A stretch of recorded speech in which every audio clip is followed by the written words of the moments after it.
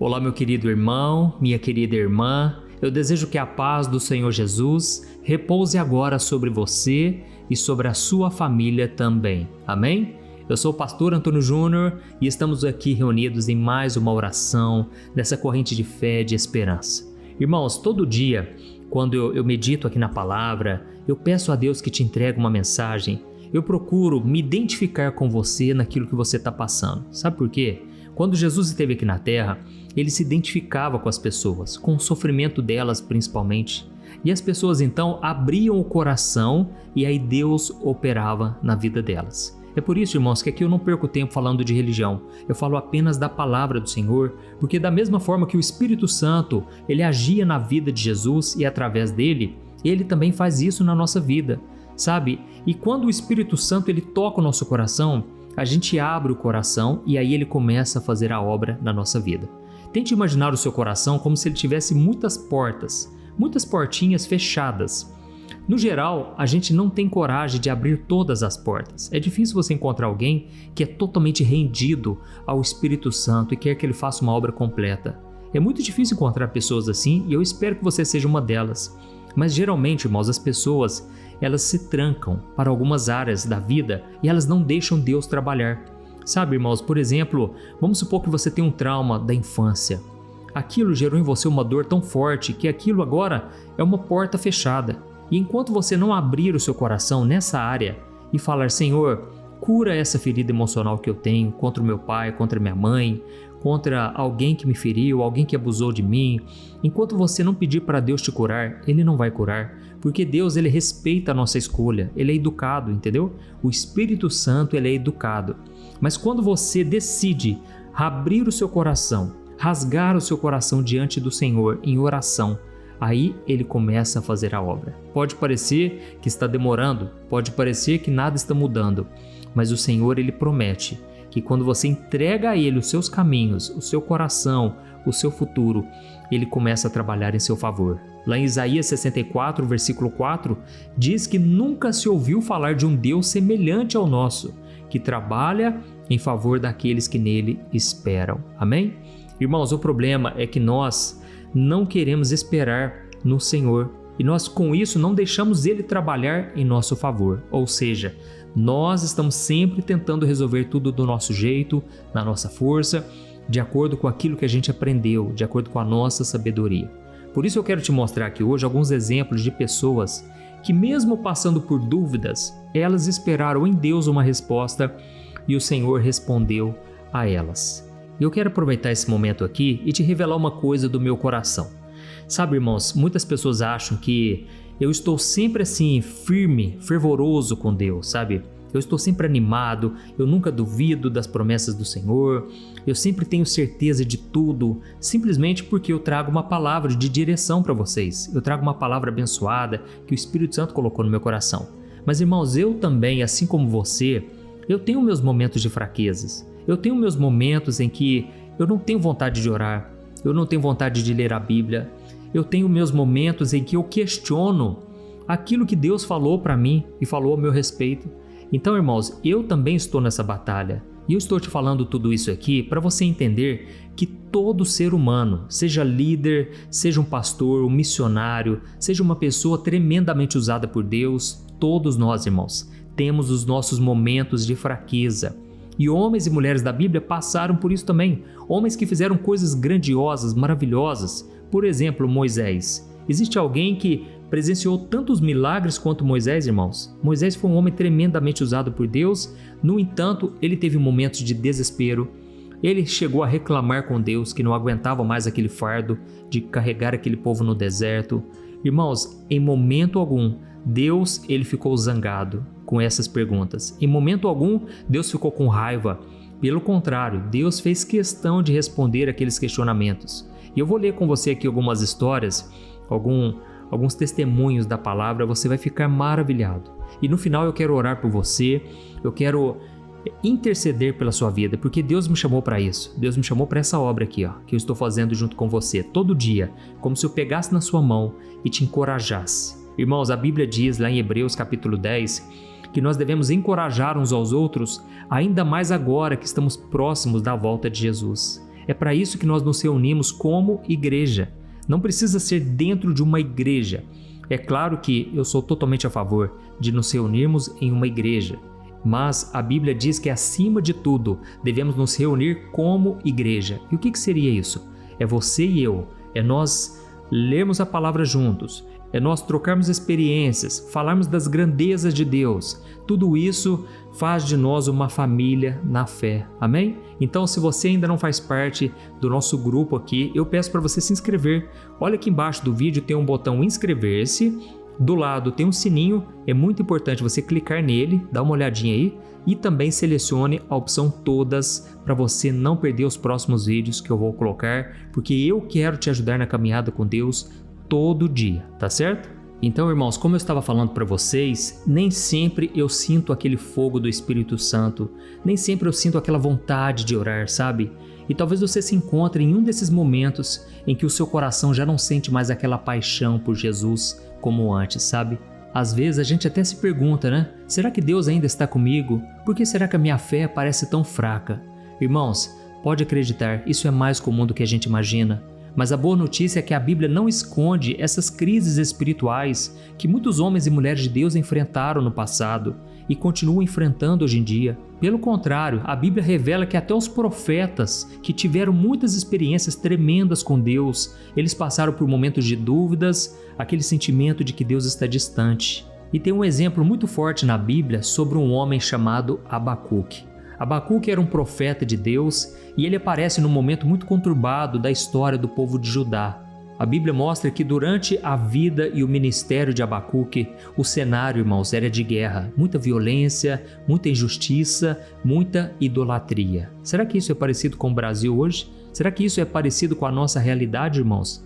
Mas Abacuque, ele recebeu um chamado de Deus. E se você ler o livro de Abacuque, você vai perceber que aquele livro é diferente de todos os outros. Abacuque, em vez de entregar uma mensagem para o povo, ele começa o seu ministério apresentando a Deus as suas queixas, os seus questionamentos, as suas dúvidas, frustrações. Olha que interessante. Se você olhar aí, por exemplo, Abacuque capítulo 1, o versículo 2, olha só como foi a oração de Abacuque. Ele disse assim, até quando, Senhor, eu terei de pedir ajuda? O Senhor, porém, nunca me ouve. Tem violência por todos os lados. E eu clamo, socorro, Senhor, mas o Senhor não vem nos salvar. Irmãos, vocês pararam para pensar na profundidade dessa oração? Perceba que o profeta aqui, ele não está só orando, ele está lamentando, ele está questionando se Deus realmente estava vendo o caos que acontecia ao seu redor. Irmãos, quando a gente olha a situação do nosso país, ou até mesmo da nossa família, da nossa própria casa, a gente muitas vezes se questiona a mesma coisa, não é verdade? Ou então a gente fica com medo de fazer perguntas a Deus. E aqui no exemplo de Abacuque, a gente percebe que nós não precisamos ter medo do Senhor. Deus não fica irado, irmãos. Ele não fica com raiva quando a gente é sincero sobre aquilo que nos incomoda. Irmão, sabe o que eu percebo no meio cristão? Eu percebo que as pessoas, parece que elas já nascem achando que não podem questionar nada, que elas sempre têm que fingir que está tudo bem. E aí nós pensamos que questionar algo ao Senhor é falta de fé, é ingratidão, é algo que Deus não gosta. Mas, irmãos, Deus ele conhece o nosso interior. Ele sabe quando nós estamos inquietos, confusos ou até mesmo revoltados com as situações que a gente não entende. E Deus, irmãos, na sua infinita misericórdia, Ele prefere que a gente se achegue a Ele com sinceridade, em vez de tentarmos esconder o que nós estamos sentindo. Amém? Você está entendendo essa mensagem hoje? Olha, eu estou sentindo tão forte aqui a presença de Deus, irmãos. Mas eu quero orar por vocês no final.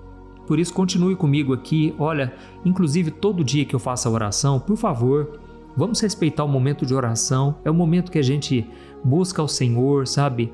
E é o momento onde o Espírito Santo ele começa a trabalhar em cada coração. Por isso, tente se concentrar na mensagem, não fique só olhando os comentários, mas eu creio, irmãos, o Espírito de Deus está aqui falando e não é à toa que você chegou aqui. Deus quer ministrar ao seu coração, amém? Vamos continuar então.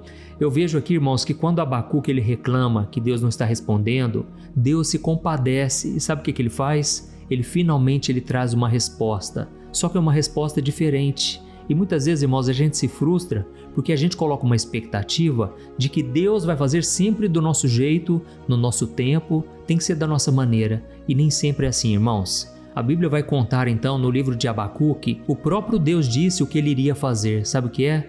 Ele levantaria os caldeus, conhecido também como os babilônios. Para você que não sabe, esse povo, ele era um povo muito cruel, um povo muito mau, um povo que não tinha dó nem piedade. E a Bíblia conta lá no versículo 5 e 6 do primeiro capítulo de Abacuque que Deus iria levantar esse povo para trazer juízo.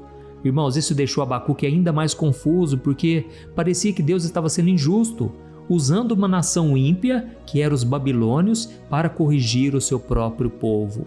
Mas, irmãos, em tudo isso, Deus tinha um propósito maior, que Abacuque não estava enxergando ali de imediato. Mas se você olhar no capítulo 2, no capítulo seguinte, o profeta então toma uma atitude muito importante.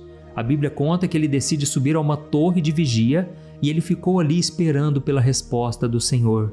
E aqui nos mostra uma outra coisa. Quando nós estamos passando por momentos de crise, a gente tem que silenciar o nosso coração. Precisamos aguardar a direção do Senhor, mesmo que tudo pareça sem sentido. Amém? E no momento em que Deus volta a falar com Abacuque, aí nós encontramos um dos versículos mais marcantes de toda a Bíblia. Sabe qual foi a resposta de Deus para Abacuque depois que ele estava confuso, que ele não estava entendendo nada? O Senhor disse em Abacuque capítulo 2, no versículo 4, ele disse assim, o meu justo viverá pela fé. Amém? Irmãos, com essa simples frase, Deus está dizendo o seguinte, olha, eu não vou revelar todo o futuro, eu não vou revelar tudo o que vai acontecer, mas eu quero que vocês, meus filhos, continuem confiando, mesmo quando não verem sinais de mudança. Irmãos, quando Deus disse para Abacuque, o meu justo viverá pela fé, sabe o que ele está querendo dizer? É que os filhos de Deus vão agradar ao Senhor quando eles confiam plenamente nos seus planos. E o interessante é que os apóstolos lá do Novo Testamento, todos eles citaram esse mesmo versículo, porque esse versículo é a chave, é a base da nossa vida, amém? E é a partir desse versículo que tudo começa a mudar dentro do seu coração, porque você entende que você agora tem que viver pela fé. Irmãos, caminhar com Deus não é fácil, porque Deus não vai revelar todos os planos, mas quando você decide viver pela fé, olha, você encontra um descanso inacreditável, sobrenatural, aleluia, amém? E aí quando a gente vai para o terceiro capítulo de Abacuque, aí a gente percebe que o coração do profeta agora está diferente. Sabe o que ele declarou? Ele disse assim, ainda que a figueira não floresça e não haja frutos nas videiras, ainda que a colheita de azeitonas não dê em nada e os campos fiquem vazios e improdutivos, ainda que os rebanhos morram nos campos e os currais fiquem vazios, mesmo assim eu me alegrarei no Senhor e eu exultarei no Deus da minha salvação. Aleluia! Olha, irmãos, que declaração de fé maravilhosa. Eu percebo aqui muito claro um contraste na vida de Abacuque. No começo do livro, ele está confuso, cheio de dúvidas, questionamentos, mas no final do livro de Abacuque, ele decide confiar e adorar ao Senhor, mesmo sem ter nenhuma das respostas que ele queria. Irmãos, isso é a fé verdadeira. Não é sobre entender cada passo de Deus, mas é continuar acreditando que Ele está no controle, mesmo quando a gente não enxerga uma saída. Aleluia! Você está entendendo a mensagem de hoje? Continua comigo aqui porque vem mais, viu? Deus vai falar mais ao seu coração e daqui a pouco nós já vamos orar. Eu vejo um outro exemplo na Bíblia, irmãos, na vida de João Batista. João Batista foi o primo de Jesus e ele foi o profeta que preparou o caminho para Cristo e ele batizou o Senhor no Rio Jordão. João Batista viu o Espírito Santo descendo sobre o Filho de Deus e ele ouviu a voz do Pai dizendo, este é o meu Filho amado. Ou seja, irmãos, João Batista testemunhou coisas maravilhosas. Só que lá no Evangelho de Mateus capítulo 11, João Batista já estava preso, ele estava com ameaça de morte, a qualquer momento ele seria decapitado, ele seria morto. E ele então manda os seus discípulos irem até Jesus e perguntarem para ele, sabe o quê? Ele mandou os discípulos perguntarem assim, você é aquele que há de vir ou nós devemos esperar um outro Messias? Irmãos, olha que pergunta sem noção. João Batista, ele viu Jesus sendo batizado, ele mesmo chegou a dizer que Jesus era o Cordeiro de Deus que tiraria o pecado do mundo, ele sabia que Jesus era o Filho de Deus, mas irmãos, ele estava numa prisão, ele estava sozinho, ele estava completamente confuso nesse momento e ele então manda os discípulos perguntarem, você é aquele prometido nas Escrituras ou nós devemos esperar um outro Messias? E sabe o que é interessante, irmãos? Jesus, ele não acusou João Batista. Jesus em momento algum falou mal de João Batista. Pelo contrário, sabe o que Jesus falou quando os discípulos de João chegaram até ele e disseram tudo aquilo? Jesus mandou eles voltarem e dizerem: voltem para João e contem a ele tudo o que vocês viram e ouviram. Os cegos estão enxergando, os paralíticos estão andando, os leprosos são curados, os surdos ouvem e os mortos são ressuscitados, e as boas novas são anunciadas aos pobres. Olha isso, irmãos, em outras palavras, Jesus está mostrando as evidências de que o reino de Deus estava se manifestando. E é como se Jesus estivesse dizendo: eu sou o Messias, pode ficar tranquilo, fique com o seu coração em paz. E o que é mais lindo, irmãos, é que depois que Jesus deu essa declaração, ele elogiou João Batista diante da multidão. E ele disse que João era o maior entre todos os nascidos de mulher. Ou seja, Jesus deixou claro que quando nós temos dúvida, fé no coração, isso, irmãos, não anula aquilo que nós somos para Deus, quem nós somos para Ele. Amém? Significa apenas que nós não somos melhores que ninguém, nós temos as nossas fraquezas, assim como qualquer outro ser humano. E o mais importante é nós levarmos essas dúvidas ao Senhor em vez de desistir dele. Glória a Deus! Nós vemos também no ministério de Jesus que ele passou por uma situação semelhante. Quando ele estava lá no Getsêmani, ele mesmo chegou a dizer: a minha alma está profundamente triste, a ponto de morrer. E a Bíblia conta que Jesus orou com angústia. Ele estava angustiado a ponto de suar gotas de sangue. E sabe o que ele fez? Ele fez uma oração dizendo: Pai, se for possível, passa de mim esse cálice. Ou seja, Deus, se houver outra maneira de eu morrer, de eu pagar pelos pecados das pessoas, por favor, me mostre outro caminho. Tudo porque, irmãos, Jesus sabia do preço altíssimo que ele pagaria lá na cruz. Ele derramaria o seu sangue em favor dos pecadores. Ele conheceria o pecado, que era algo que ele não tinha cometido um pecado sequer, mas todos os meus pecados, os seus, das piores pessoas deste mundo, caíram sobre Jesus. E Deus não poupou a vida do seu próprio filho, assim como ele também não poupou a vida de João Batista. Ele acabou morrendo naquela cadeia solitário. Mas Deus, irmãos, não o abandonou, Deus estava com ele, e a recompensa eterna, que é a que mais importa, essa João Batista recebeu, Jesus também recebeu e você também vai receber. Amém? Não importa se você está se sentindo fraco espiritualmente hoje, lembre-se de Abacuque, de João Batista e do próprio Jesus e faça a sua escolha de não reclamar, mas confiar no Senhor. Apresente a Ele aquilo que hoje te traz perturbação. Não deixe que o desespero, o medo roubem a presença de Deus da sua vida, tá certo? Se você não sente mais aquele fogo no coração hoje, não se desespere também. Como eu disse para você no começo da mensagem, nem sempre eu estou me sentindo tão espiritual assim, entendeu? Mas o segredo é viver pela fé. O Senhor está falando com você hoje. O justo viverá por fé. Então escreva aqui nos comentários o seu primeiro nome e na frente escreva assim: eu escolho confiar e crer no Senhor. Aleluia! Então agora feche os seus olhos, eu quero orar por você, pela sua família. Eu quero muito que Deus fortaleça o seu coração neste momento. Glória a Deus, vamos orar. Senhor meu Deus e meu Pai, nós queremos te agradecer por esse dia tão especial. Como foi bom, Deus, buscar aqui na Tua Palavra um renovo, uma esperança, um motivo para continuarmos. Pai, eu sou grato porque quando nós buscamos ao Senhor, nós nunca saímos da Tua presença do mesmo jeito em que entramos. Pai, obrigado, Senhor, porque o Senhor está sempre nos renovando, mesmo quando a gente acha que não tem mais jeito, quando a gente se sente tão inferior, a gente se sente sujo, feio, incapaz, mas o Senhor continua nos amando. Obrigado, meu Deus, por tudo isso. E nesse momento eu oro pelos Teus filhos, meu Pai. Muitos agora estão enfrentando dificuldades na família, no trabalho, na saúde e até mesmo em conflitos no coração. Tu sabes, Senhor, daqueles que estão lutando com enfermidades como câncer, diabetes, doenças crônicas, problemas de coração, problemas respiratórios. Quantas doenças, Pai, têm afligido o Teu povo. E eu te peço aqui agora, libera a cura, Senhor Jesus. Cura essas pessoas agora. Ministra, Senhor, sobre elas o Teu poder. Oh, meu Deus, tem pessoas agora aqui em prantos, não sabe mais o que fazer da vida, mas é na fraqueza que o Teu poder se aperfeiçoa. Aleluia! Pai, obrigado por usar esse canal de bênção, onde o Senhor falou com essa pessoa, Deus, hoje.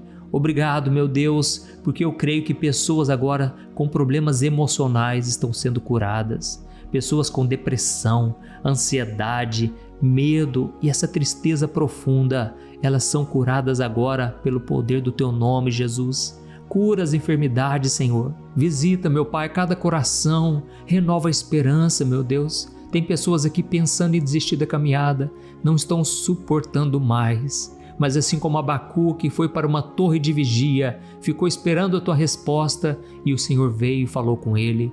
Eu creio, meu Deus, que hoje o Senhor falou através da tua palavra e nós declaramos aqui a mesma coisa que Abacuque declarou. Ele disse: ainda que a figueira não floresça e não haja frutos na videira, mesmo assim eu me alegrarei no Senhor e exultarei no Deus da minha salvação. Eu te agradeço, meu Pai, eu escolho te agradecer porque eu não quero ficar preso nesse deserto. Os meus irmãos na fé também não podem continuar nessa situação. Por isso, meu Deus, nós te pedimos, renova a nossa fé. Nós te pedimos também perdão pelos nossos pecados. Oh, meu Deus, quantas vezes nós falhamos, nós pecamos contra ti, mas o Senhor é bom e fiel. E Jesus pagou o preço dos nossos pecados na cruz. Não precisamos mais carregar a culpa e nem mesmo os nossos pecados mais ocultos. Jesus já nos perdoou e eu só tenho que te agradecer, Senhor.